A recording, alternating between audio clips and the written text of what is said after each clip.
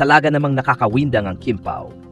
Ang dami nang naghihintay sa matamis na pag-amin ni na Paolo Avellino at Kim Chiu, pero mukhang patuloy pa rin nilang pinapakaba ang mga fan. Ang obvious na ng chemistry at gestures nila sa isa't isa, pero heto at todo Denny pa rin si Kim. Nakakaloka na! Tama ka, baka naman may grand reveal bago ipalabas ang My Love Will Make You Disappear sa March 26. Kung sakali, siguradong mas lalo pang magiging matunog ang pelikula nila. Pero kung hanggang sa dulo pa rin silang pa-mystery, naku, baka lalong mabaliw sa kakahintay ang mga fanny. Ano sa tingin mo? Promo lang ba ito? O talagang gusto lang nilang sulitin ang kilig factor? Mukhang pinagpapasabik talaga ng Kim Pao ang mga fan. Hindi naman may kakaila na may undeniable chemistry sila, lalo na sa kanilang mga kilos at banat sa isa't isa sa public appearances. Pero syempre, kung promo strategy man ito o talagang gusto lang nilang gawing private ang kanilang love life, sila lang talaga ang nakakaalam. Isa pang interesting angle dito ay ang teaming. Madalas sa showbiz, may mga artistang umaamin ng relasyon malapit sa pagpapalabas ng pelikula o serye nila. Kasi nga, dagdag ingay at hype ito. Kung totoo man na may something sa kanila, baka nga iniisip nilang tamang panahon na lang ang hinihintay nila para i-share ito sa publiko. Pero kung hindi sila talaga, kahit na super cling nila minsan, naku, baka lalo lang ma-frustrate ang mga solid Kim Pao fans. Sana lang, ano man ang totoo, maging masaya ang dalawa at hindi lang sila napipilitan sumabay sa fan service. Ikaw, feeling mo ba amin sila bago ang March 26 o hahayaan nilang manatili sa paasa zone ng mga fan?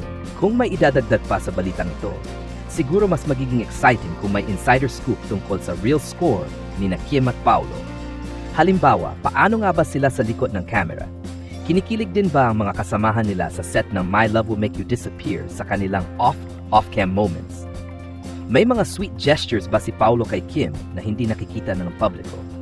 Bukod diyan, kung promo strategy man ito, mukhang epektibo dahil patuloy silang pinag-uusapan. Pero hindi rin natin masisisi ang mga fan na medyo nainip, lalo na yung mga gustong makarinig ng confirmation mula sa kanila mismo. Dagdag pa rito, magiging interesting kung may reaction na ba si Shan Lim sa isyung ito. Matagal ding naging magkarelasyon sina Kim at Xian, kaya hindi maiwasang isipin ng sa lumalalim na Kim Pao fever. At kung sakaling ang amin sila bago o mismong premiere ng pelikula sa March 26, siguradong magiging isa ito sa pinakamalaking showbiz headlines ng taon. Kaya abangan ang susunod na kabanata. Yung tatalakayin natin ngayon mga kachika ay yung video, okay? Kung saan dumalaw ang Bex Battalion, si MC, si Lassie, tsaka si Chan sa tent ng Kim Pao, okay? So pinost nila to mga chika, I think a few days ago, and kahapon ko lang siya napanood kasi ang daming mga Kim Pao fans, ano? Na mga subscribers natin dito sa channel na sinasabi, panoorin ko nga daw itong pagdalaw ng Bex Battalion sa Kim Pao tent. So mga kachika, kagabi pinanood ko at wala akong ginawa kung hindi tumawa at kiligin. I think itong video na to mga kachika was made around January 29 to January 30. Around that date mga kachika. Kasi if you could still recall, ito yung araw na nagpakape, okay? Yung mga Kim Pao night shift sa Kim Pao, okay? Tsaka dun sa iba pa, di ba? Na cast and crew ng My Love Will Make You Disappear. So mga chika, tawa ako ng tawa, no? Kasi syempre pagpasok nito ni MC, ni Lassie, tsaka ni Chan sa tent ng Kim Pao, mga chika, wala silang ginawa kundi asarin kaagad si Kimi kay Paolo. And then mga chika, first impression ko nung nakita nitong tatlong to, nung Bex Battalion si Paolo, mga chika, una ko kaagad napansin, nahihiya sila. Okay, for some reason mga kachika, etong mga Becky na to, 'di ba? Malakas sila magpatawa, hindi sila nahihiya, 'di ba? In front of many people kapag nagpapatawa sila. Pero nung si Paolo yung katabi nila mga kachika, sa loob ng tent ng Kim Pao, hindi sila makatingin ng diretso kay Paolo. So yan mga chika, first impressions ko parang nagkakaroon sila ng inferiority dahil sa kagwapuhan, okay, ni Papi Pao. Habang nagbibiroan nga sila doon mga chika, nagkukwentuhan, si Paolo tinanong sila kung sila ba ay kumain na.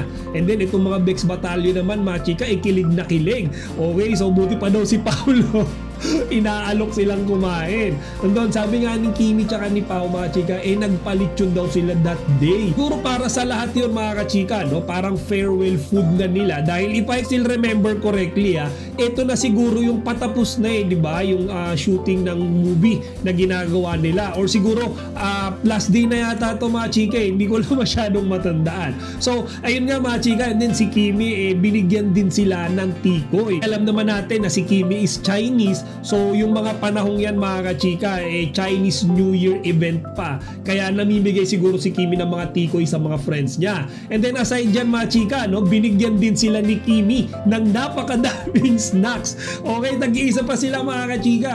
So ayon nga kay MC tsaka kay Lassie, ito yung natandaan ko si Kimi daw talaga kapag nasa set, laging namimigay ng mga chips, okay, mga chichirya. Sabi nga nila doon mga chika, pagka daw si Kimi mayroong baong chichirya sa showtime, malamang sa malamang galing daw yun sa shooting nila. Kasi mga chika, yung mga hindi daw nauubos ni Kimi sa set, di ba, ng shooting nila sa My Love Will Make You Disappear, pinamimigay niya daw kaagad doon sa mga fellow host niya sa 8 Showtime. So yun pala yung ginagawa lagi ni Kimi. So talaga daw mapagbigay si Kimi mga chika, particularly sa pagkain. Hindi naman nila in-specify doon mga kachika na mga chichirya lang. Pero in general, okay, napaka-generous daw ni Kim pagdating sa pagkain, lagi daw silang nililibre. Okay, so mga chika, meron ding part doon sa 10 trade na yon kung saan hinalungkat nila, okay, yung bag ni Kimi. So mga chika, meron din ako nataklasan doon, and malamang kayo din, na ito pa lang si Kimi ay mahilig magsulat. Diba? Meron siyang daladalang notebook doon. And I think an iPad kung saan nagsusulat daw si Kimi ng mga line niya sa pelikula or siguro kung saang project siyang nakasalang, and then ginuguhitan niya, okay, yung mga word kung saan siya magbabago ng emosyon. Okay, for example, doon sa specific word na yon, doon siya magsisimulang sumigaw, umiyak, diba? Or matakot. Parang ganun mga kachika. So si Kimi pala talagang prepared palagi. Kumbaga bago siya sumalang sa shooting, talagang alam niya mga kachika yung bitaw ng mga sasabihin niya. And then napansin din nila doon mga kachika na si Kimi is very organized pagdating sa kanyang mga gamit. Specifically doon sa bag na gamit-gamit niya that day. So meron din ipinakita doon si Kimi na parang maliit na fan na malamang sa malamang yun yung gamit-gamit niya kapag siya ay naiinitan sa tent. Bukod nga sa gamit ni Kimi mga kachika, dito na tayo sa medyo kilig na part. Okay, kasi napansin ni MC tsaka ni Lassie na mayroong napakagandang upuan. Okay, si Kimi. So yung upuan niya doon sa tent niya, very comfortable, malambot, medyo malaki siya mga chika, medyo bulk. And of course, yung aesthetics talagang maganda.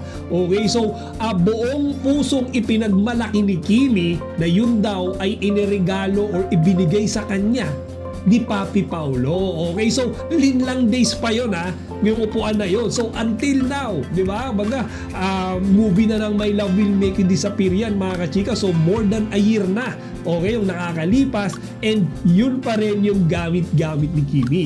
And it means something. Okay, kapag ayaw palitan ni Kimi yan, ibig sabihin yan, binavalue niya talaga yung upuan na yon. Hindi dahil komportable, hindi dahil maganda, but dahil galing yon kay Papi Paulo. And siguro mga chika, no? Siguro lang, baka ito yung first na present or parang regalo sa kanya ni Paulo dahil syempre first project nila, di ba? Yung linlang. Kaya mga chika, nung sinabi nga yan ni Kimi sa Bex Battalion, lahat sila kilig na kilig. Okay? Actually, tinry pa nga nilang upuan lahat yun. Tuwang-tuwa sila kasi pareho nga daw ng upuan si Kimi tsaka si Paulo. And then sabi ni Kimi, itry din daw nila yung kay Paulo, but again, lahat sila ay nahihiya. Upuan yon kasi syempre baka daw masira pa nila or nakakaya daw baka madumihan nila kasi nga mga chika, like what I said earlier, hiyang-hiya talaga sila for some reason kay Paulo kasi nga daw ang gwapo-gwapo. Okay, may tinanong pa nga sila dun parang, Pau, sanay ka na ba na laging nasasabihang gwapo? So sabi ni Paolo, hindi daw. So mga chika, to add about kay Paolo, tinalakay din kasi nila dyan yung diet ni Paolo. So dyan natutunan natin na si Paolo pala ay hindi kumakain ng baboy. Okay, yung tawag sa kanya mga kachika parang polotarian, kung saan kumakain siya ng chicken, eat ng seafoods, and of course ng vegetables, but not pork. Okay, yung baboy lang daw yung hindi niya kinakain. Actually, I thought mga kachika, Paolo is a pure vegetarian, vegan. Okay, so ngayon natutunan natin dyan sa vlog ng Bex Battalion na talagang baboy lang yung hindi kinakain ni Paolo. And I think it's almost 10 years na daw siyang hindi kumakain ng pork. Kaya din pala mga kachika si Kimi, tatlo ng klase yung ulam na baon niya. At mini-make sure niya nga daw, di ba, na yung isa doon ay gulay or anything basta pwedeng kainin ni Paolo. Para syempre pwede niyang i-share. Okay, so nakakatuwa yan mga kachika, yung natutunan natin yan kay Paolo. Kasi Paolo is so private mga kachika about his personal life. Kaya at least ngayon mas nakikilala na natin siya paunti-unti dahil nga dito sa Bex Battalion, and of course dahil kay Kimi. And doon sa last part ng vlog na yan mga chika, tawa rin ako ng tawa, and of course may kilig din. Okay, so tinanong kasi ng Bex Battalion si Paolo kung sino nga ba yung nagpapasaya sa kanya. Okay, so yung sagot dyan ni Paolo mga kachika, silang tatlo daw. Okay, so yung Bex Battalion daw noong mga oras na iyon. Okay, actually si Kimi nga, turo siya ng turo na yung sarili niya. Kita ko yun nung tinanong si Paolo, Pau, sino ba yung nagpapasaya sa'yo? Tapos parang nag-iisip si Paolo, si Kimi mga kachika, tinuturo niya yung sarili niya. So does it mean na gusto ni Kimi or confident si Kimi na siya yung nagpapasaya kay Paolo? Diba? At least now we know. Okay? Nung silang lima lang yung nandyan sa tent, o siguro yung cameraman, si Kimi malakas yung loob na ituro or iasar yung sarili niya kay Paolo. Diba mga chika, nakakakilig yan. Hindi niya magawa yan sa 8 Showtime, diba? Most of the time, kapag siya ay inaasar kay Paolo, tinatawanan niya lang or change topic. Okay? Pero dyan sa vlog na yan, mga chika, yung sarili niya, yung inaasar niya pa kay Paolo.